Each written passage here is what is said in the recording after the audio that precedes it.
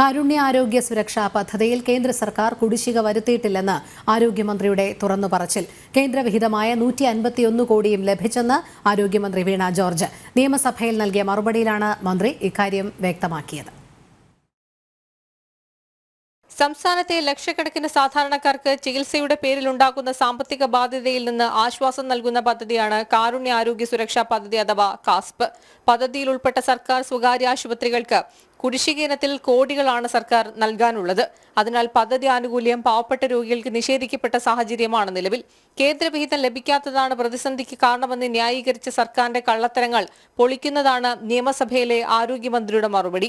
കാരുണ്യ ആരോഗ്യ സുരക്ഷാ പദ്ധതിയിൽ കേന്ദ്ര സർക്കാർ കുടിശ്ശിക വരുത്തിയിട്ടില്ലെന്ന് ആരോഗ്യമന്ത്രി തുറന്നു പറയുന്നു. കേന്ദ്രവിഹിതമായി 151 കോടിയും ലഭിച്ചിട്ടുണ്ട്. കാസ്പിൽ എംപാനൽ ചെയ്ത സ്വകാര്യ ആശുപത്രികൾക്ക് 269 കോടി 7,97,307 രൂപയും സർക്കാർ ആശുപത്രികൾക്ക് 859 കോടി 61,18,886 രൂപയും കുടിശ്ശികയുണ്ട്. മാത്രമല്ല, കുടിശ്ശികയുടെ പേരിൽ സാധാരണക്കാരുടെ ചികിത്സ നിഷേധിക്കപ്പെടരുന്ന നിർദ്ദേശം നൽകിയിട്ടുണ്ടെന്നും മന്ത്രിയുടെ മറുപടിയിൽ പറയുന്നു. കേന്ദ്ര സർക്കാർ സഹായം കൃത്യമായി ലഭിക്കുന്നതിനാൽ ഇതര സംസ്ഥാനങ്ങളിൽ പുതുക്കിയ ഹെൽത്ത് ബെനിഫിറ്റ് പാക്കേജ് നടപ്പിലാക്കുന്നുണ്ട്. എന്നാൽ കേരളത്തിൽ എന്തുകൊണ്ട് ഇത് നടപ്പിലാക്കുന്നില്ല എന്ന ചോദ്യത്തിന് കേന്ദ്രവിഹിതം ഇനിയും വർദ്ധിപ്പിക്കണമെന്നായിരുന്നു ആരോഗ്യമന്ത്രിയുടെ മറുപടി.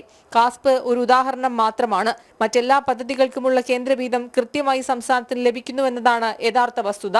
രശ്മി കാർത്തിക, ജനം, തിരുവനന്തപുരം.